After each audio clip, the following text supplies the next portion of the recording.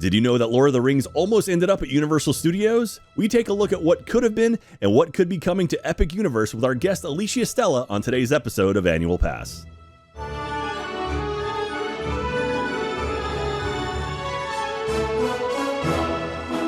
Hello everyone and welcome to another episode of Annual Pass. This is the podcast where we talk about all things theme parks, attractions, shows, races, other podcasts, and all kinds of stuff. I am your host, Jack Pattillo, and of course, joining me as always is my beautiful, lovely, and talented co-host, Geoff Ramsey. Hi, Jeffrey.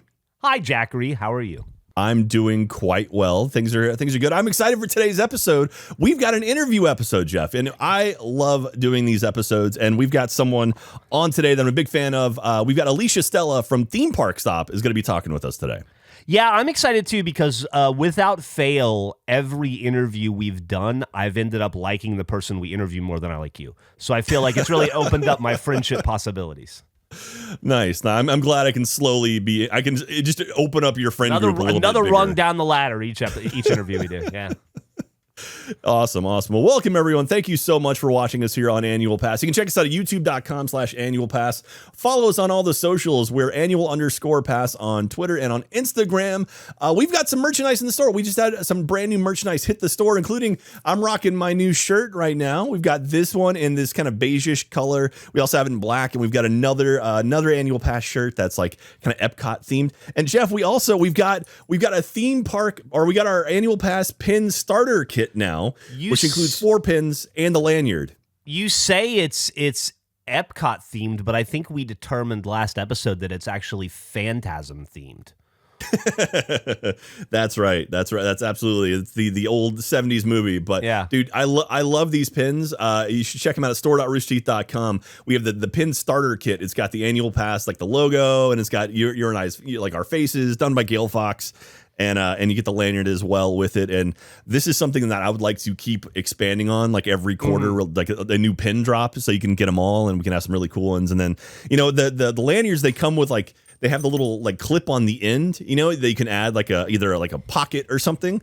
And now at the theme parks, they actually do like large pins that you put at the end of your lanyard. And I think maybe we'll do like an exclusive one at some point. Like that could be a lot of fun. You know why I like the pins, Jack? Why is that? Because unfortunately, thanks to technology not being where we need it to be, you and I are mortal. Someday, death will take us. But the pins, they will live on forever. Like that's the pin. We've been making video content on the internet for about 15 years now, and you're like, but these metal pins. You and I are never. Those pins are never going to age. We'll always be that. We'll always look like that on those pins. Don't go back. Watch early Achievement Hunter stuff. It makes me sad to see how much I've grown. But you can check that out at store.roosterteeth.com. Grab some shirts, and that's the best way to support our show. You guys have always been great, and I'm very excited to get some more shirts out there. And don't forget, if you spot someone in the wild at a theme park wearing Annual Pass merchandise, give each other a crisp high five. Let's do it right here. And then you ready? 3, 2, 1, boosh. There you go. Get closer to the edge, dude. Sorry. We're next to each other in Discord. Okay. I'm like, here you go. There we go. Boom. Nailed it. Good. Oh man, but it's pretty awesome, and it makes me happy seeing people wear the stuff. Geoff, I have one piece of news before we get into our episode today, which I'm excited for. So again, we're recording this a little bit close to release, so I feel like I can talk about a bit of news that is not 2 months outdated. This came out yesterday. This is from Fox 17 in Nashville. Dollywood on Tuesday announced they'll start paying 100% of tuition for employees who wish to further their education. This includes the cost of fees and textbooks. The education benefit package is available to all team members on the first day of their employment. The company says it's a way for employees at all levels to pursue their personal and professional dreams. Piloted by Dolly Parton's operating partner, Herschend Enterprises, the program from Grow You will mark a significant investment for workers. President of Dollywood company Eugene Naughton says it's an opportunity for employees to grow. Dolly Parton, saving America. Well, yeah, I was about to say, and not as a joke at all, but Dolly Parton continues to be maybe the greatest living American and definitely an example of the best of us. Absolutely. So Dolly Parton has Dollywood, which is a theme park. I don't know if it's themed around her, but it's somewhere in the Where is? I don't know where it is. Somewhere outside of Nashville or Tennessee or Memphis. I'm not sure, but I think it's or Knoxville. It's one of those. Well, I think it's outside of Nashville. That little blurb was from Fox 17 Nashville, so I imagine it's in that area somewhere. But we got to go check it out. We can go out to we can go to Dollywood. I wonder if Opryland is still open. Opryland USA was open for a bit. It is. I think I might have been to Dollywood as a child. I'll have to ask my mom. I know. So Ben says it's located in the Knoxville Smoky Mountains Metroplex in Pigeon Forge, Tennessee. Yeah. So Pigeon Forge, Tennessee. We'll have to go swing by there. We'll have a live show in Pigeon Forge, Tennessee. I'm going to check with my mom and see if I have in fact been there, and if so, if there's photos. Uh-oh, my cat has decided to join the podcast again. Everyone was loving the animals in the last episode, Jeff. So that's good. They'll be making appearances. Don't worry. Okay, well, that's enough of that. We should just dive right into it. I'm really excited to talk with Alicia. She's been doing podcasting stuff for a long time, and I'm a big fan of her work. So shall we get into it, Jeff? Let's do it. All right, let's talk to Alicia. We have Alicia Stella from Theme Park Stop. And Alicia, welcome to Annual Pass. Thank you for having me. Absolutely. I've been a big fan of your content for a while. I've been listening to your podcast and everything. And recently, you posted on Twitter that hey, Shrek 4D, the glasses, the Ogre Vision glasses are on sale at the Prop Store, Universal Studios. And I was like, oh my God, if anyone can grab me a pair, let me know. And you very, very thoughtfully reached out and said, hey, I got a spare pair, and you threw them my way. So thank you for that. I appreciate that very, very much. There they are. Oh, you're very welcome. And I bought too many of them, and I was gonna give like a few away to friends, and then I realized I still had quite a few left. So when you posted that like you still wanted one, I was like, oh, thank God I can get rid of another one. I feel like I needed to preserve the history of it, I guess, and I was like, no, just keep them coming, fill the bag. So for those of you who don't know, Theme Park Stop is an awesome podcast. You guys have a Patreon, patreon.com/Theme Park Stop. But I did a little bit of research on kind of your backstory, and it feels it's interesting because I think you and I are very, very similar in sort of our introduction to the internet and theme parks and everything. So back in the early 2000s, you worked at Universal Studios over at Jaws, while I was working over at the Great Movie Ride at Disney MGM Studios. And then you were writing about movies and stuff on the internet, and then slowly got into theme parks, which is exactly my trajectory as well.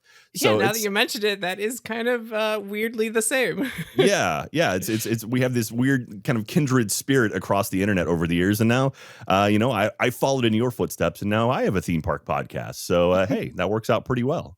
I mean, I've always loved theme parks. It just didn't occur to me that I could actually talk about them all the time and actually have people talk back and like have a conversation. Usually I was the one that if I talked about theme parks with my friends, they'd all like roll their eyes and groan. And I was like, well, you know what? If you won't talk to me about it, I will talk to the internet about it.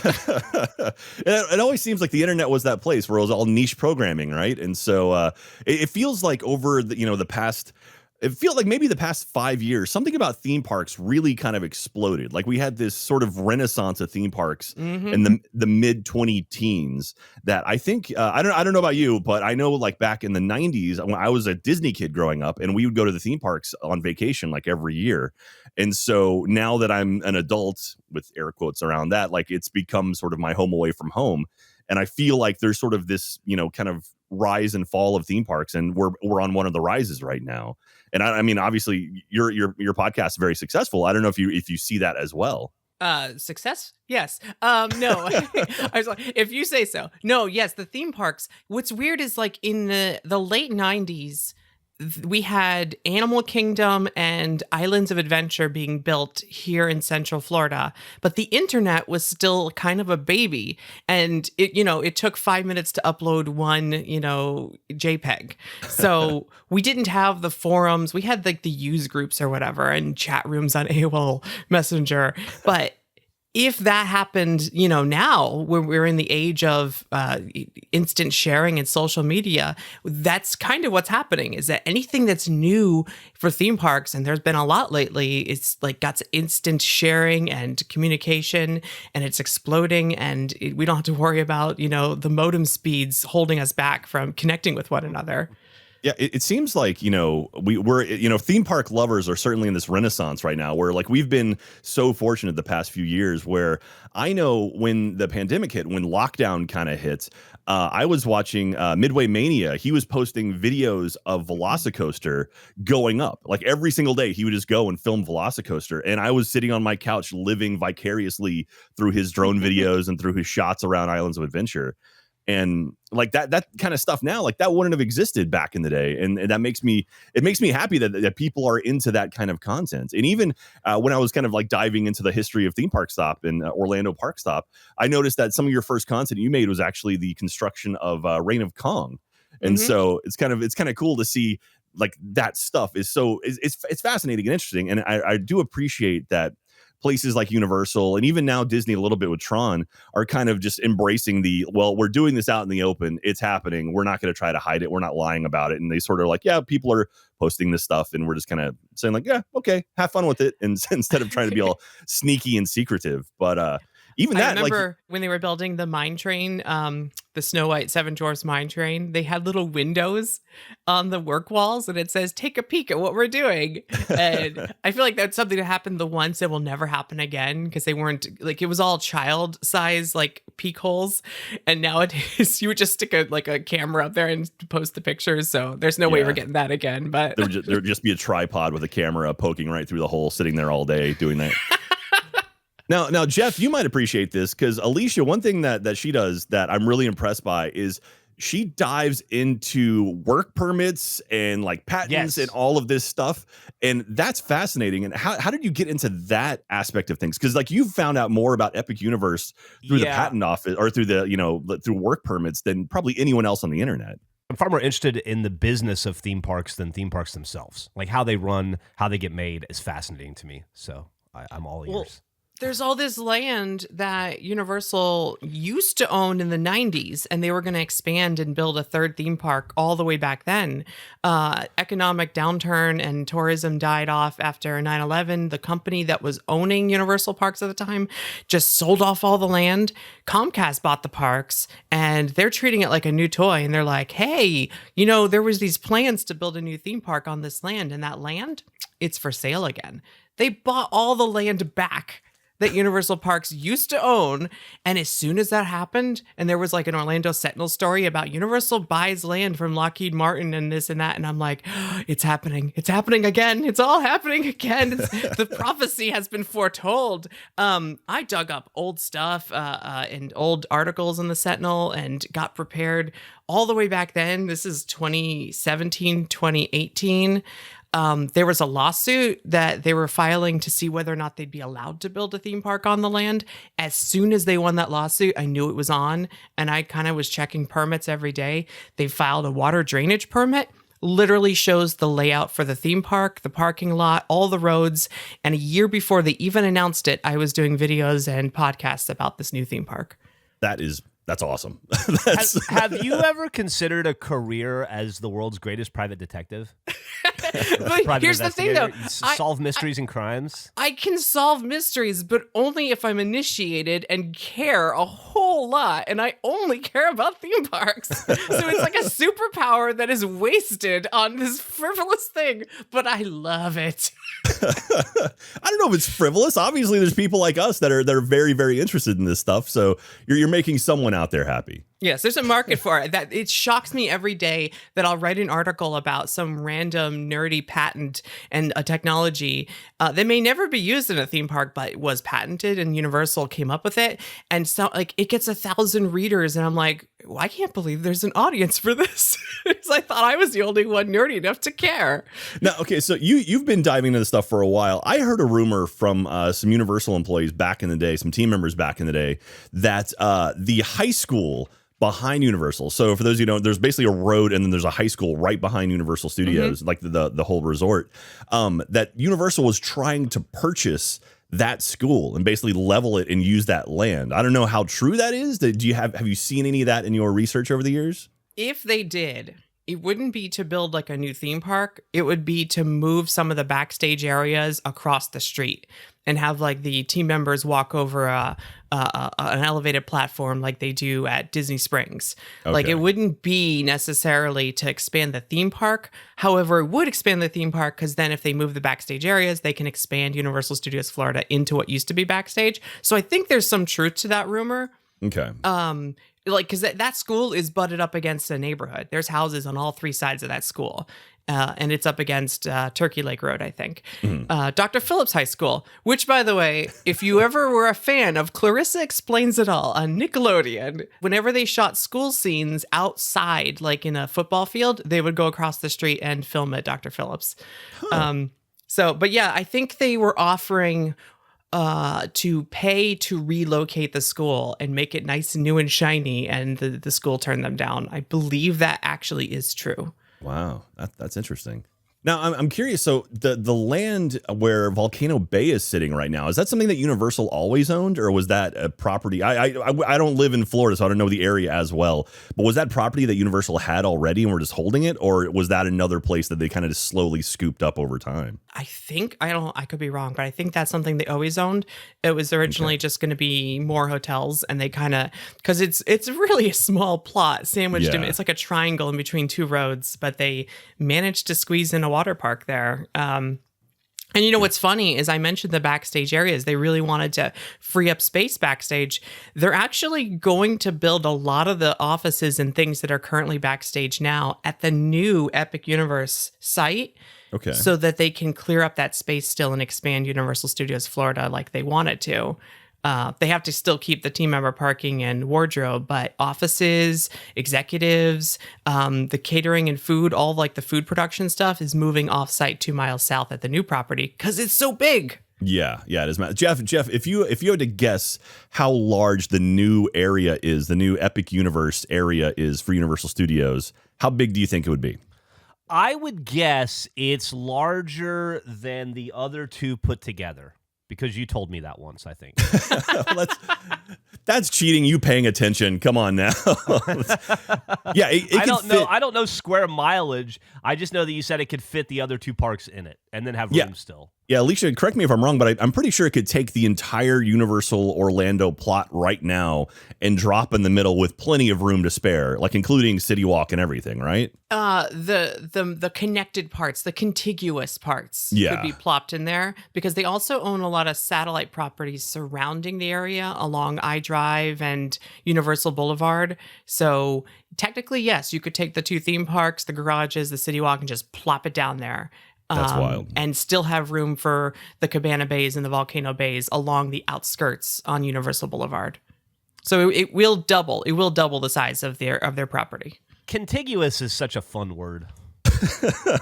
Right? It doesn't get enough love. It doesn't get enough love. I totally agree. It is an underappreciated word that's fun to say and use.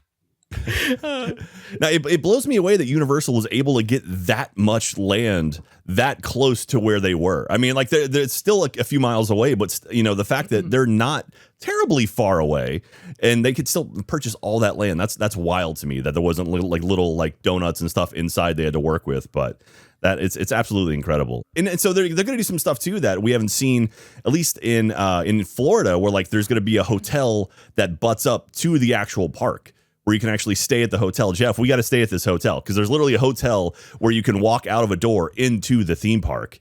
And so that's kind of cool. I've seen that, I think Disney in California does that, and then Disney Paris will do that. But this is the first time I've seen it in Orlando, as far as I know. Aren't there 300 hotels on Disney? Didn't you tell me that? On property. You can't walk out and go into the front gate of a theme park. Oh, I see. Yeah. Okay. Yeah. There's literally a door you open and it's now we're in, we're next to Harry Potter. Now you do have to walk, 500 yards or whatever, but technically the boardwalk and the Yacht and Beach Club do have a back entrance directly into Epcot. That's so we true. kind of close, sort of almost have that already. But this one is literally like a weenie at the back of the park.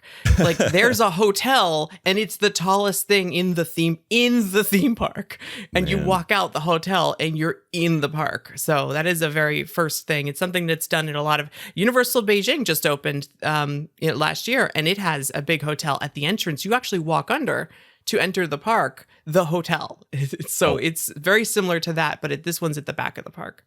Can Can we go there, Jack, to Universal Beijing? Well, we'll ask Ben, and we'll ask her if we have the budget to make it happen. But it's 2025, right? Is Universal just officially announced 2025 for opening? So well, that technically means... they said summer 2025 at the latest. But yes, I think that's what they're shooting for. That's the anniversary for the entire resort. What is it? 35 years? Yeah. 30. Yeah. It's is that right?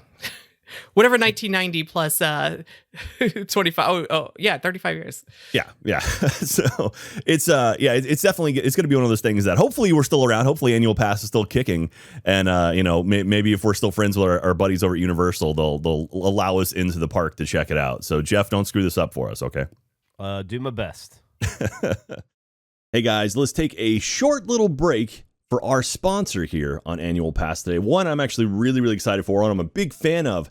It's Peacemaker, the show on HBO Max. Wow, what a great show. I will be honest, if you've got some younger kids, younger fans, younger pass holders around, maybe they shouldn't be watching this. It's just get a little bit more mature, a little bit more violent than your average kind of show, kind of your superhero show, but hey, it's fantastic. If you're not watching Peacemaker, you better go catch up now. You're really missing out on a roller coaster. See what I did there? The roller coaster thing. It's a roller coaster of emotion, comedy, and ass kicking.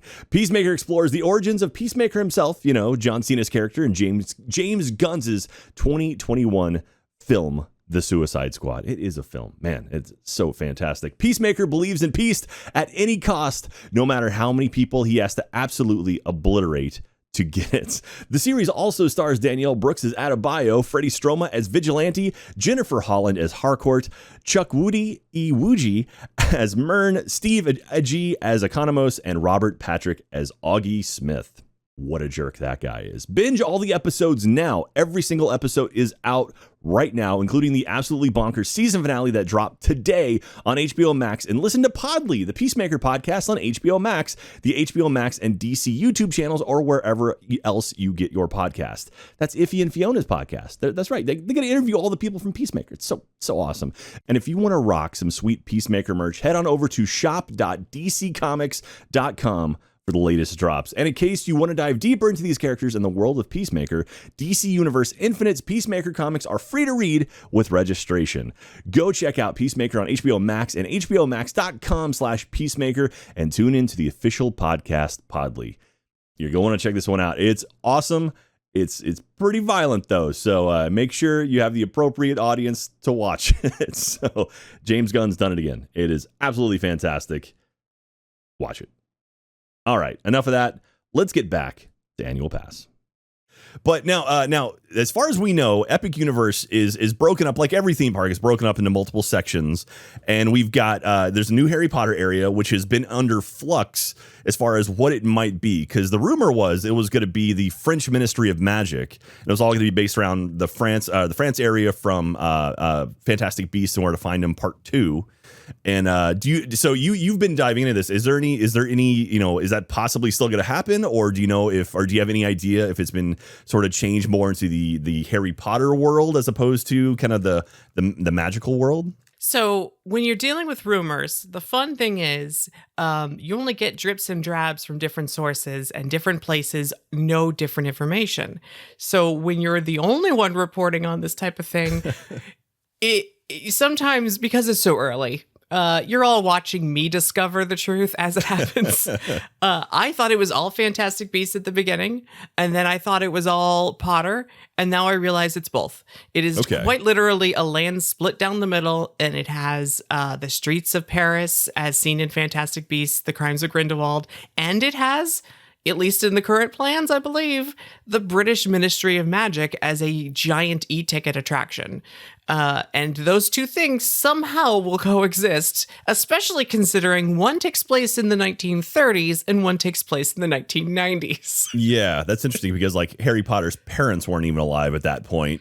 And here we are So just a sliver of a road will be like, all right, you're on two halves of this thing. I wonder how they're going to theme that, because Universal's been really, really good about theming their stuff lately. Like their new lands, everything they built up, the Super Mario World area, all the Harry Potter stuff has been great, and I'm really excited for Epic Universe as kind of taking all of that new style of theming that they've really been knocking out of the park and going to the next level with it. Be like, all right, we're starting fresh with a new plot. We haven't seen a brand new massive theme park in the States in since the late 90s, right? I guess it was probably Islands of Adventure or in Animal the Kingdom? States. California Adventure, I think, there you go. might be the last theme park, not amusement or water park.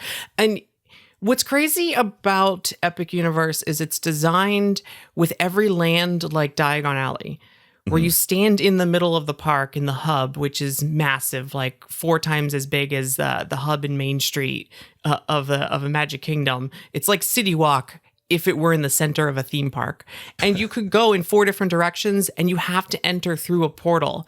There is no like loop around the wagon wheel like a Magic Kingdom. There is no back road. You can only get in and out of each land through a Diagon Alley type portal. So when you're in a land, it's immersive. It's almost like 4 little theme parks around a city walk is how this park was designed. Like restaurants and shopping in the middle and its own theming. And then you enter into, and you are only in Super Nintendo World, and there's only one way back out, and it's through the warp pipe. Oh, wow. Now, so Jeff, you've been on our podcast for a while now. I've talked about Epic Universe. I've talked about Epic Universe in the past. Do you remember the lands of Epic Universe as far as we know? Yeah, there's Harry Potter Land World. There is the Super Mario area, right? That's there's 2. The How to Train Your Dragon land. Yes, that's correct. And there's one more, right? Is it dinosaurs? No, I made that up. I don't know the 4th one. What is the 4th one? It's Universal Monsters, as far as we know. Oh, that's right. Which I know I'm excited for that. So I know dinosaurs are monsters. Technically true. Now, so the Universal Monsters, classic monsters. Alicia, on your show, you have a co-host, Ian, who is fascinated by Universal Monsters. Do you have any idea how he got into that so much? Because that's all he seems to talk about on the show. I think he has a tattoo of, I'm going to get in trouble. I think it's Wolfman. He just always has loved the monsters. I think it's something that like the Universal Pictures wouldn't exist today if it weren't for the low budget, high money making monster movies of the 20s, 30s, 40s, and even 50s. Yeah. If it weren't for those existing and their ability in an economic, depression to still make a movie like Dracula and it make a ton of money, kept the company afloat. So they owe everything to the monsters. And, they have like a restaurant, or they had a walkthrough at Hollywood, and there's been a show here and there. But this is the first time they're going to get like their own land. And they tried to do it with Islands of Adventure, but it ended up getting turned into Lost Continent at the last minute instead. They wanted to go the adventure route instead of go the like dark, gloomy route. It was even going to be an expansion where Harry Potter is in Islands of Adventure was originally going to be a Van Helsing ride using the same ride system that eventually got co-opted to be the Harry Potter Forbidden Journey ride. So like they keep trying to do justice for the monsters. And then finally, I think Universal Creative was like, listen, we got a whole new theme park. We got lots of opportunities for other IP. Let's just please give something to the monsters. And they're like, fine. But listen, we don't own the rights to the likeness of Dracula, but we do own the rights to the likeness of Frankenstein. So I think the whole land is going to look like Frankenstein Village. That's pretty cool. Wasn't there didn't I ride a Van Helsing ride at Universal Studios in Hollywood? No, I think there was a maze there, right? Like a walkthrough maze. Yes. No, I'm pretty sure I rode a Van Helsing ride with Gus. I'm almost positive. I don't know about that. As far as actual ride, was it the backlot tour maybe? And there was like a Van Helsing portion or something, but I don't think there's ever been a proper attraction like ride. But there certainly was. There was a Creature from the Black Lagoon show that ran for a little bit, and then there was there's been a Van Helsing maze that was kind of like it was like a Halloween Horror Nights maze, except it was there permanently or not permanent, but it was there like always. It became the Walking Dead afterward, but originally it was set up as was it like House of Horrors or something? I forgot what it was called, but it was all the classic monsters in a daytime maze. So, yeah. Van Helsing Fortress Dracula. That's what it was. Okay. Yeah. So this was definitely the walking tour type thing. Huh. Yeah. It says past attractions on there, Jeff. So you're good.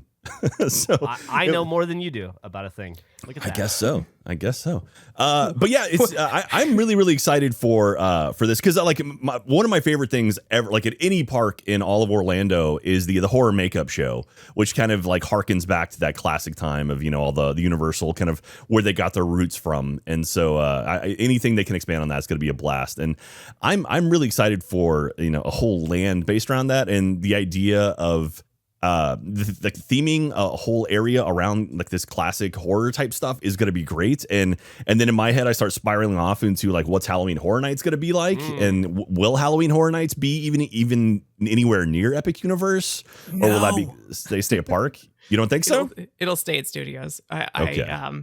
If anything, it might leak into like one corner of islands again, but if they dare risk it and have it like pass through the sound stages. But they have sound stages and purpose-built spaces for haunted houses at Universal Studios Florida, and the layout works well to its favor. I went the year they did it at Islands only, and it was terrible because it's a big loop and there's no room for houses, so everything was like just makeshift, like, here's the queue for this turned into a house, and it was not great. And there's a lot of walking, and you can't swim across that lagoon to get from one side to the other. I think we would have seen them build some purpose-built, like multi-use purpose buildings in Epic Universe if they were planning on moving the event there. But I wouldn't say no to an after-hours, kid-friendly, not-so-scary type event at Epic Universe, because there's an opportunity, especially with like How to Train Your Dragon and Nintendo, to do some kind of like, can you imagine Mario characters dressed up in little Halloween outfits and things, and you could do trick-or-treating and stuff and have a parade. Oh, and they have room for a parade there. So I feel like they could bring some kid-friendly event and kind of double dip the market and take, do a kid-friendly after hours and keep the scary one where it is.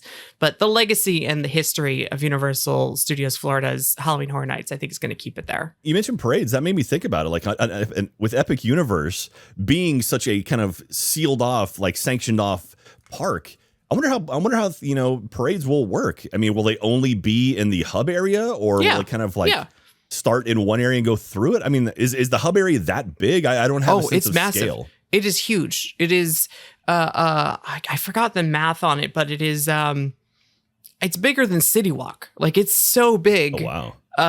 In Florida. It's so big that it's actually 3 hubs in one. I always make that joke that it's a snowman. If you look at the concept art, it has a big round hub in the entrance, and then it has a middle smaller hub, and then a teeny hub at the top that's a little fountain show. And that's the head of the snowman. I think they have the ability to do a parade route on the bottom hub alone. Or like the hub, like that is already big enough to do a parade and have enough people watching it, or the 2 hub circles. And that would cross in front of How to Train Your Dragon, the front entrance of the park. And then the Nintendo before switching back around and looping around itself. So no, they have enough room for a parade without even touching the lands. Wow. And that gives you an idea of how big the center of this park is. Man, I'm curious what they could do with sort of like nighttime shows and stuff. Almost like a Universal version of Illuminations, where it's like they have like fireworks in the middle, but then lighting up all the different sections around it as well. Like, here comes the How to Train Your Dragon portion of the show, and then here comes like a Super Mario portion of the show. I wonder if they could do something like that, or if all those licenses are going to be such a pain to sort of work together. Because I know, like, Harry Potter is one of those things they can't really do a lot of interactive stuff with the rest of the park. It's sort of, it has to be its own thing due to contract with stuff. You should see the parade in Japan incorporates Jurassic World with a full-size T-Rex in the parade. Then kids riding on broomsticks for a Harry Potter part of the parade. Like, they just go all in on that parade.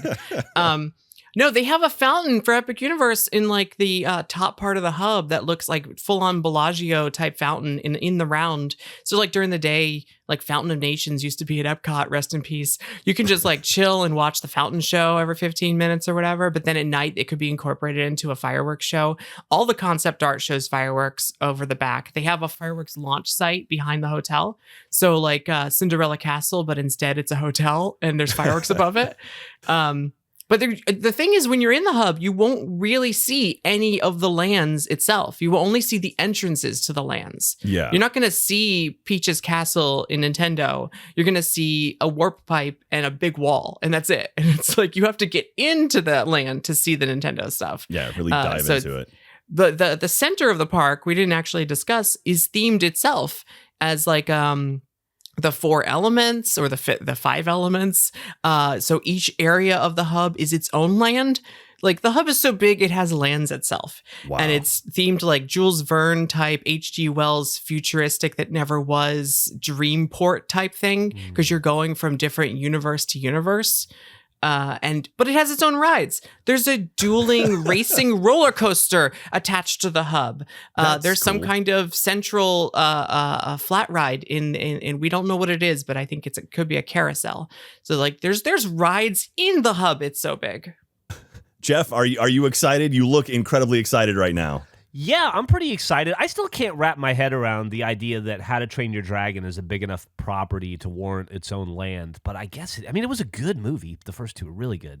But every time I hear it pop, it's like, in my head, it's like, it's nowhere near the size of a Nintendo or a Harry Potter or Universal Monsters. But I guess they're just investing that heavily in it. I think it has to do with what they want to build. It's one of those lands where it looks good. Like they want Viking Dragon land and they happen to have a property for it. So like they want to make something that looks cool. And it happens to tie to something. If you distill it down to just Viking Dragon land, that sounds pretty damn cool. I will admit. And was there anything in sort of like the early paperwork, all the permits you went through, was there any other like possible lands that were out there that have been since canceled or changed or altered in any way? We didn't really get wind of anything in the early Blue Sky phase, and I think that's something we'll hear about later, like 5 years after the park opens. But I wouldn't be surprised if Jurassic World was tossed around as a possible land for this new park before they decided to go and build a Jurassic World ride at Islands, the Velocicoaster. I feel like because they built a full Jurassic World land for the first time at Universal Beijing, and it has an indoor dark ride. And that originally was going to be designed as a gyrosphere ride. And I feel like if they had cracked the tech and made an actual gyrosphere ride, you bet there would have been a Jurassic World land at Epic Universe. Yeah, but because they ended up making it another Amazing Spider-Man ride clone, they felt they didn't need to clone it here. Like we already have that ride system twice. We don't need to add another one.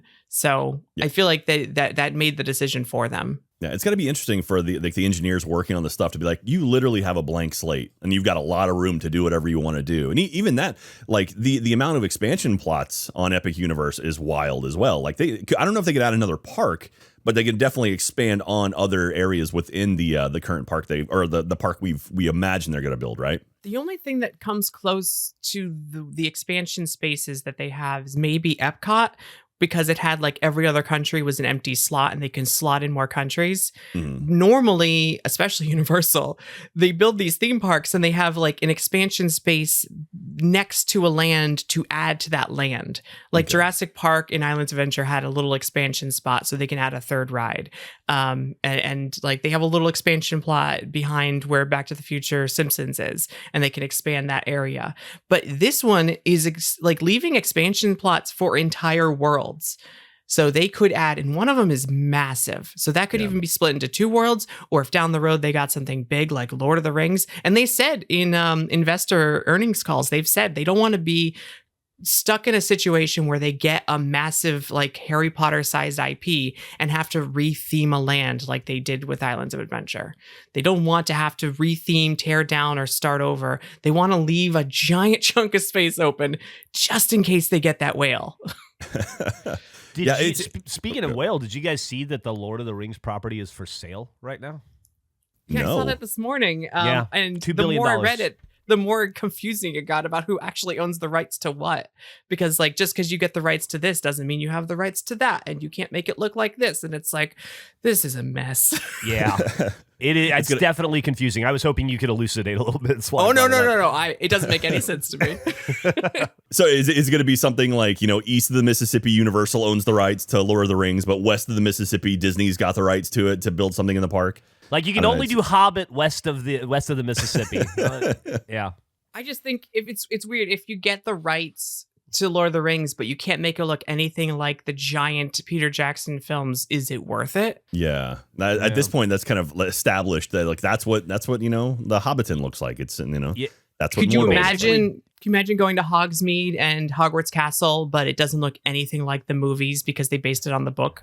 Yeah. Or getting on the train and Hermione just does not sound right. And it's just like you've got access to Lord of the Rings, but it has to be the Leonard Nimoy Lord of the Rings. So the Bilbo Baggins dance song. Yeah. Oh man, you unlocked a memory just then. Who was that? What was the animated version of that? Who was it? It was wasn't it Rankin Bass? It was pretty good. No, not Rankin Bass. It was not the claymation. It was who was it? No, it was still animation. It's the one with the horrible songs that were just droning on and on. Oh yeah, no, it's the Ralph Bakshi version of Lord of the Rings. Did you ever see that one, Jeff? Came out in 1978. That's when you were alive, right? Yeah, I think that's what I was referencing earlier. Yeah. Okay. Yeah, it's the one that has all the songs from the books. Oh, anyway, That's a weird aside. So now where there's smoke, there's fire. There's been rumors that Universal had been working on Lord of the Rings attractions. Like that rumor's been going on for 12 years now, 13 years now. Oh, wow. But it actually resurfaced when Epic Universe was being finalized, and like that's one of the major contenders. And I think it came down to a rights issue. The thing is with the theme parks is they'll design like concept art and come up with an entire like plan, and then they'll present it to the rights holders, and then they'll get turned down. And it's like, yeah, they were working on it, but it doesn't mean they ever got a green light. Yeah, it's crazy because like the amount of stuff that I imagine is out there that you'd be like, oh, if only we're friends with Dave Cobb. He came on the show a little while ago, and he's a fascinating gentleman. And in a recent episode, I mentioned that it would be cool to have like a Ghostbusters something somewhere.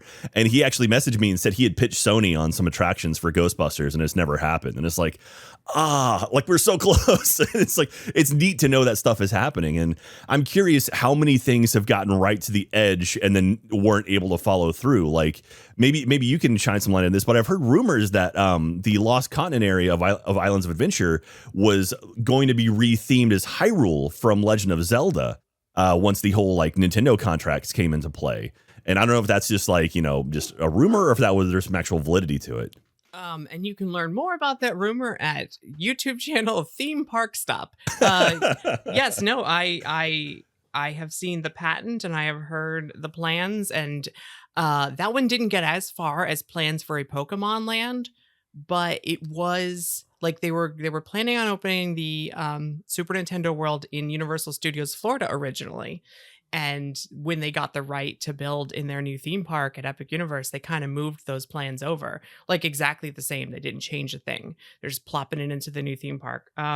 When that was done, they were going to build a Pokemon area, and then they were going to build a Zelda area. So they were working on plans for that. And it's this crazy concept of like, it starts as a boat ride, and then halfway through it turns into a suspended dark ride.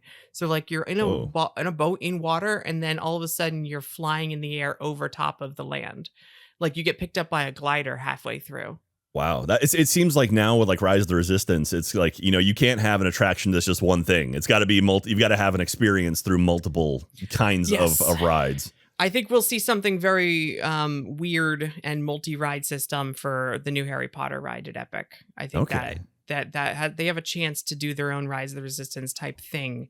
If I were to venture a guess, I'd say the elevators from the British Ministry of Magic as a ride. Okay, like a Willy Wonka style elevator ride. Yes, everything short of flying through the ceiling and flying over Germany. Everything short of that. Okay. but Gene Wilder will be there on every single one. Yes, now, you win, Charlie. You win. Now, I am curious because right now the Fear Factor stage, which has been used for back in the day, it was Bill and Ted's, and this year it was the Nightmare Fuel. That's going away. They've announced that Fear Factor's not coming back. It sounds like they're demolishing that. But it seems like Halloween Horror Nights, they always have some kind of nighttime show. And do we have any idea where that show might land? Will it end up over at like the old Blue Man Group stage, or Maybe. It's got to be something, right? They moved Grinchmas to the Blue Man Group stage, and it worked out really well. Okay. They won't be able to do the pyro and fire things that they normally do with an outdoor stage. They have done Halloween Horror Nights shows both in a street stage that they set up temporarily and also at the Animal Actors stage, but they are smaller crowd levels. So you still get to do fire, but you have much less audience space. So we might see like a split thing where they have one show in the Blue Man Group and then a streets show just so they can do fire because they're obsessed. Yeah. Yeah, this last one was very fire heavy. Yeah, that was pretty insane. That was I would hate for them to lose that show. That show was the whole night for me. That was pretty awesome. Yeah, that was a really good one. That was definitely kind of like, I wasn't expecting it to be as cool as it was, and I was like, oh my gosh, that was. I felt like I needed to go see that thing like 4 times in order to catch everything that was going on. But I'm just glad we live in an age where magic gets to be cool again, and I like that. Now, okay, we've kept you here for a while, but I do want to ask kind of about sort of your history at the theme parks, because we talked, and you actually, you like me, you did a Spieling attraction. So you worked at Jungle Cruise and the Jaws ride, and Confrontation. Did you? I learned the spiel, and I did Confrontation for a couple weeks, filling in when they needed help. So I've technically spieled at those 3 rides. Oh, that's so awesome. Those Spieling attractions to me are like, those are my favorite, because so much of your experience on the attraction is based on your tour guide. And you can have a great tour guide, makes it like the most amazing show ever, or you can have kind of a crap one that sort of is going through the motions. But I don't think we're going to see anything like that again, like unless it's a straight up like a literal tour, like a backlot tour. I don't imagine them building, like anyone building any show that requires interaction like that with a cast member, and it makes me really sad. Why? Yeah, because it's one of those things where it's like, it's the amount of labor that goes into it. Something like Great Movie Ride, there's only 5 vehicles on the track at a time, but like Confrontation, I imagine there's only 3 or 4. And even like Jaws, like how many boats did you guys have in Jaws when you were at full capacity? Up to 6, I think, maybe 5. Yeah, but it's a 5-minute ride, so go around pretty fast. Yeah, so it's inefficient, essentially. Yeah. Okay. Well, I mean, that's the thing. It's like, with like a backlot tour, you can have a train where it's like hundreds of people on it. But, if you've got a show where you've got 30 people you're spieling to, like Great Movie Ride was 70. And, just to have enough to get enough capacity to make sense in a park, you would need something like 30 cast members always going at the same time. So I think Jungle Cruise is pretty close to that, because it's a 10-minute ride. And if you got a boat a scene, like you can have a lot of boats on there. So that it's weird that that's the longest running one, but that is a lot of cast members that have to be on. And then you have the rotations in different positions. So it is a heavily casted. Plus, spielers make 25 cents more per hour. So yeah. Well, if you're a college program, you just get bare minimum no matter what. So that's what I was making. I thought you had to pay to be in the college program. Weren't you paying to work there? Well, you were paying to live on Disney apartments. So basically, like, they would just take it out of your paycheck. So it was like, you're sharing an apartment with 7 other people. So we're going to take the $75 out of your paycheck, and here's the $50 you get to live off of for the rest of the week. And so that's like working for the company store in the 1920s. I wonder if it comes down to also the experience, and if you get someone who's having a bad day or doesn't give a crap for that moment, your only experience, like once in a lifetime, thousands of dollar vacation, is hinging on like whether or not this teenager is having a good morning. Like, it is a little weird when you think about it that way. Yeah. So like having an over-reliant, that's why Fast and Furious Supercharged here in Orlando just has a dummy driving the car. It's not even animatronic. It's just flat out a dummy with a wig on. And it's like, well, at least you don't have to rely on him like messing up. He's always going to be that dummy. Oh, man. That's your favorite ride, Jack. Yeah, Supercharged, my absolute favorite ride. Just, knocked out Beetlejuice and Earthquake, and to put Supercharged in. That's at least Richter's is still there. I love Richter's. We've talked about it before on our show, but Richter's and Backlot Express at Hollywood Studios are my two places I have to eat at anytime I go. Not because the food's amazing, but it's just like, I've got it's something I have to do. I have to eat at Richter's every time I go to the studios. And so do you have anything like that? You have any traditions that you have to go do every time you go to the parks? I have Pizza Rizzo at Hollywood Studios. Beautiful ambiance, light Muppet theming, and slightly edible food. You really can't go wrong. Satuli Canteen in Pandora, the World of Avatar, is probably the best quick service. It's priced accordingly. It's a little more pricey, but it's so good, and it's always on point, and it's completely different than anything you're going to get at any. It's not just burgers, chicken fingers, and fries. But I was going to say, working at Jungle Cruise, I did have a gimmick, and I think the best skippers have a gimmick, and I would pretend it's my first time, and this is an excuse because I was nervous all the time doing it. I was just in high school. If you pretend it's your first time, the gimmick is you're nervous. See? And I would tell everyone it's my first time, and then I would take out a little piece of folded paper. They had these time guides for cast members, and I would unfold it like this little brochure and pretend it's the script, and I would read the jokes out as they're written, from my mind, and pretend it's written down, and then get the jokes and laugh at them myself. The joke was, so here's the thing though, halfway through when you get to the waterfall, I would let the wind take my little piece of paper. And I would then have to just wing it. And by the end, everyone's cheering because I've become this good skipper that's found my own voice. And it's see, now that's how you do the Jungle Cruise. There you go. I love stuff like that, though. That was always my thing. If you find a cast member that's super into, that buys into kind of the whole idea of, I want to give the best show I possibly can. When I worked at Backlot Tour, I worked at the water tank at Backlot Tour, and I did shows for 5 people and I did shows for 400 people, and they got the same show every time. It was always high energy, always excited. And that to me was so important. But then every now and then, like you said, you'd see people that have been there for 30 years that are union that are they don't care. And it's oh, just go work Doc, and I'll do the show. Let me do it, please, because I want to give these guests the best time they possibly can. And so that's cool. I'm glad that you were someone that definitely bought into the the love and the energy of theme parks. And so and obviously you've been doing this now for over 20 years at theme parks, it sounds like. Jaws at Halloween Horror Nights, when it was open, and you'd only get 5 people in your boat. They sit in the front row. Doing a show for 5 people in the front row is the most enjoyable experience as a spieler, because you can play off their energy. You don't have to worry about giving a general crowd the show. So if a bunch of people that are drinking and having a really good time get into the boat, and it's oh, well, I'm not going to give them the normal show. They're getting the special secret show that no one knows about. They get the blue show that a manager probably wouldn't be happy with. Yes, the farther you get away from the load platform, the more insane this show is going to get. That's awesome. Okay, well, so Alicia, before we let you go, so Jeff, he's a relatively new theme park aficionado. Do you have any good tips or anything that he should know as he's growing his breadth of knowledge for theme parks, and any tips or advice you'd give to him? Lightning Lane is evil. Oh. Universal Express is expensive. And Single Rider is your friend.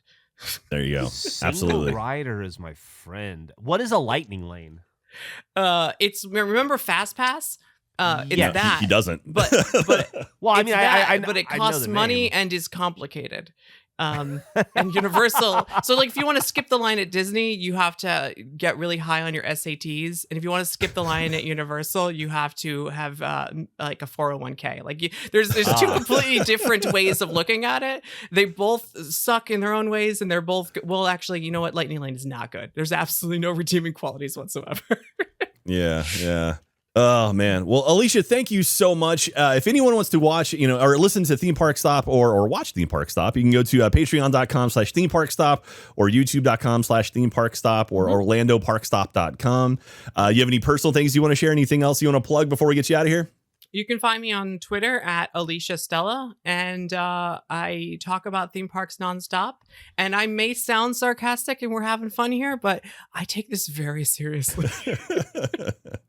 Awesome. Well, thank you so much for coming on Annual Pass. We really do appreciate it. And hopefully we can grab a bite to eat or something out in Florida when we come out next time. Yes, Pizza Rizzo. It's almost edible. Pizza Rizzo. Jeff still hasn't been to Disney yet. He hasn't been to Disney World yet. Yeah. Well, when I went in the 6th grade, of course, for a school, it was required for a school trip, yeah. But not since then, no. Yeah, so we still have to get Jeff out there and break his Disney World sphere, and so it'll be a lot of fun. And I'm excited to spend time with all of these new theme park friends I've met through this podcast. That's true. We can get Kevin from Defunctland. We'll get Dave Cobb. We'll get Alicia out there. It'll be a blast. We'll get Ken Marino to come join us and ride Rock and Roller Coaster. There you go. Nice. That's a good group of people. Absolutely. All right. Well, thank you very much, Alicia. You have a great day. Thank you. That was awesome. Alicia was great. Again, check her out over at Theme Park Stop. Listen to their podcast. That's fascinating. Jeff, were you blown away by her knowledge? Each person, I meant it when I said it. She speaks so comfortably, knowledgeably about stuff that I wouldn't in a million years. Like when she was talking about going to walking under the hotel in Beijing, I would have bet $1 million she'd been there 5 times. It's like she's got an amazing ability to paint a picture for a place that she has yet to go. I was once again, each interview that we do, the person is more interesting than the last. It's at some point that won't be the case, but so far it's been pretty awesome. Just don't when that isn't the case. Don't let that person know. All right, that'd be very rude. So that's just adding to our list of friends we have in Florida now that we'll have to go visit next time we go out and see them. So. Dude, this is a great side effect of this show is that you're getting friends finally. Finally, like who saw that coming? Yeah, absolutely. Given the limitations of your personality and whatnot, this has been a boon to your social life. I love it. Well, for what it's worth, I've got a ton of friends over on our brand new Discord. So for those of you who haven't joined yet, join our Discord over. We'll have a link in the description. And that's been a lot of fun. We have a really good group of people over there that are talking about, like, it's fun to dive in there and ask people, like, do you have any experience on certain attractions? Or a lot of people like offered up their, their knowledge of like behind the scenes stuff. We have a runners group now where it's like a bunch of people supporting each other running. It's awesome. So check that out as well. But Jeff, let's get into it. Let's wrap up this episode with some Q&A. These are questions pulled from the Kevin Perger interview. So actually, we talked about Defunctland, so this worked out pretty well. We got some stuff from him. Small Z925 says, Jack, I had a run-in in the wild with a pass holder last week. On Thursday, January 6th, I was leaving Epcot with my parents around 5:30. As we were walking to our car, I see someone wearing an original annual pass shirt walking towards the park. I was wearing the Haunted Mansion version. I tell them nice shirt, and they notice my shirt. Then we high five. I did not get their name or a picture. I don't have Twitter anyways, but we had a run-in. So there you go. So we're getting some interaction. That makes me happy. So very, very, whoever that was, that high five, Small Z, good on you. Roman Heretic said, if you had to spend 24 hours on one ride at any theme park with bathroom breaks and quick food breaks if you can't eat on said ride, which ride would you choose? And that is a fantastic question, Jeff. What do you think? What would be your ride that you 24 hours? If you had to spend 24 hours on a ride, but that you did have bathroom breaks and you could eat, what ride would you spend 24 hours on? I'm either going E.T. or Cat in the Hat. Oh, man, E.T. over 24 hours. Man, that attraction's what, about 10 minutes long? So that's 6 times 24, like 150 times or so? I'm not doing any tummy flippers, I'll tell you that. It's going to be something smooth and easy. Cat in the Hat, love it. Easy peasy. Yeah. Cat in the Hat spun us around a few times, though. So. Yeah, I can handle a few spins. I can handle the Cat in the Hat spins. Okay. Maybe that's cat in your desk.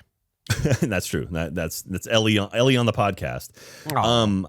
I would say maybe the Backlot Tour at Universal Hollywood, because that attraction is like an hour long anyway, and it's hosted. So it's kind of, at least it's a little bit interesting and different every time you do it. So yeah, but it's outside. And it's got benches you could like maybe lay down if you had to. The nice thing about E.T. and Cat in the Hat, I'm thinking for the 24 hours, is some point you're going to want to sleep. Yeah. But could you sleep on those bikes though?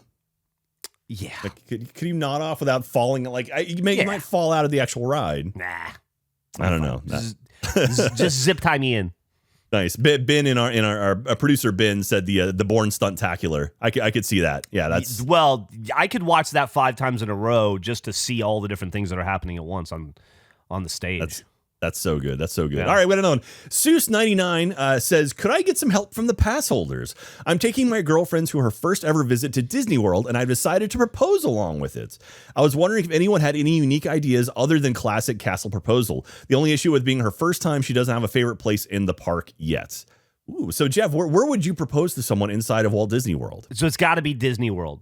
It sounds like it, yes. And so I don't know if necessarily Magic Kingdom, but for Disney World for sure. Well, it's a problem for me because I haven't been to Disney World in 100 years, so I don't know. If it were Universal, I would say do it in the fountains that we walk through that shoot up.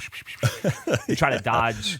Nobody's ever on the city walk. Nobody's ever had a proposal like that. I guarantee you. That's true. Get blasted in the face while you're trying to ring flying off, and it's like, oh no, man, I don't know. There's some good spots like I mean, the castle proposal is classic.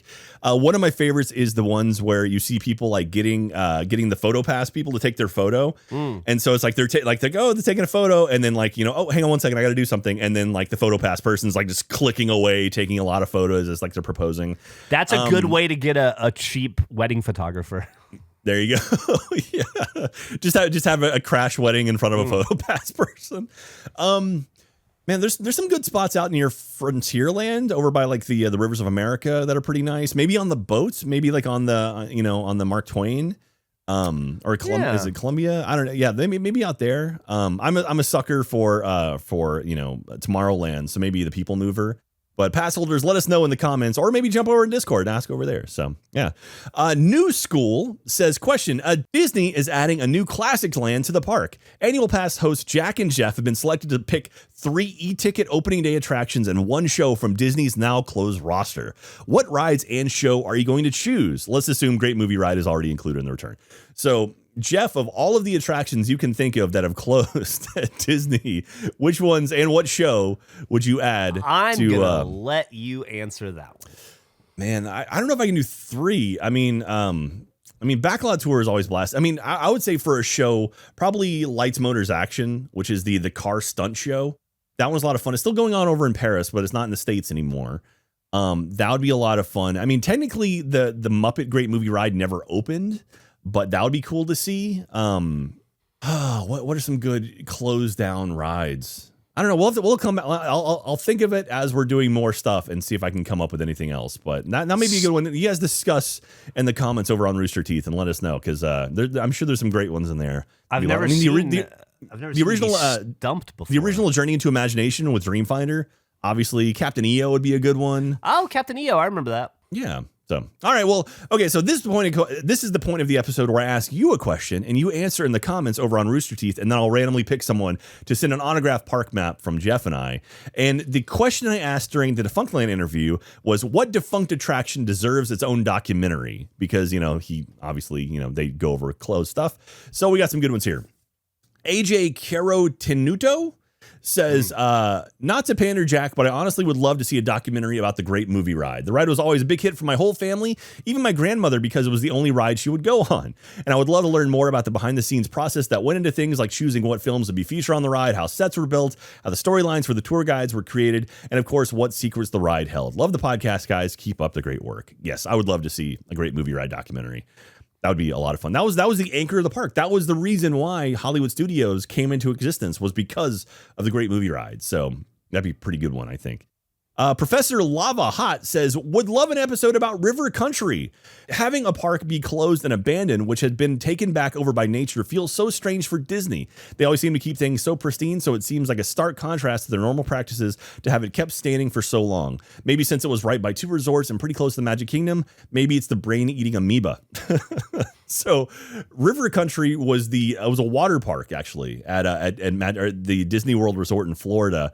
It was kind of like Schlitterbahn here in Texas, where it was sort of carved out of the land. It wasn't really like, not like Blizzard Beach where they really made a whole bunch of attractions. It was kind of like they just made something out of what they had. Yeah. And so it was a little bit more kind of classic, a little bit more, sort of like what you'd see at a little bit more homey, I guess. And then they shut it down and they weren't sure if they're going to reopen it and just let it sit. And then nature reclaimed it. Since then, it has been completely leveled and they're building a resort hotel on top of it. But for a long time, it was just kind of sitting there, which is kind of wild. So, Ben B55 says, I would love to see a documentary about the Backdraft experience at Universal Studios. That would be awesome. Did you do that attraction when you were out there? Because that was probably around when you went. Never did the attraction. Also, never seen the movie Backdraft. Really? Yeah, I just missed me when I was a kid. You go, we go. Oh, it's such a good. The fun thing about the Backdraft attraction, it was kind of a show where like it happened in front of you, kind of like the Twister attraction, which you never went on either. But it was like you were in a room and you were watching this kind of fire take over this room until like this whole room was engulfed. It actually caught fire and lost a lot of it early on. Like the actual building, or not the building, but the show itself literally caught fire and they had to like clean it out or rework it. So what are the odds of that? I would say probably pretty high. JJ Jesse says, I'd love a deep dive on the history of parades at Disney. I know early on they had live ducks and dogs in parades. And I want to see you develop the idea of a street party parade like Move It, Shake It parades.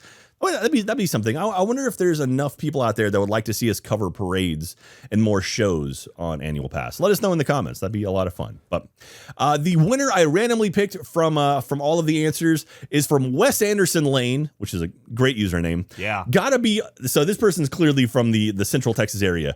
Gotta be Aquarina Springs in San Marcos, Texas. Once the second most visited attraction in Texas besides the Alamo, a swimming pig, Ralph, mermaids, the Glurpo, the underwater smoking clown, all viewed from its submarine theater. The natural springs in Edwards Aquifer are still there, and Texas State has turned it back into wetlands, but you can still tour it in glass bottom boats. Did you go to Aquarina Springs when I was there, I've been Jeff? there many times, Jack. Yeah. I've taken that. I've taken that tour a few times as well. Yeah. As an adult, I've been. I've been back. So I think the last time I went was maybe like 2007, but yeah. Wow. Yeah. We do a whole episode on Ralph the Swimming Pig. We could. I wonder if he's still alive. Probably not. One of them probably is. I think there were a few Ralphs. That reminds me, I watched you mentioning documentaries, not to take us off subject, but I guess okay. to continue on subject because I'm talking about documentary. I watched a documentary about a theme park the other night. Really? What was that? I watched Class Action Park over on HBO. Okay. Have you seen that? I have actually. Someone that was a short film on the internet. It was like a 10-minute film. They blew it up into a full documentary.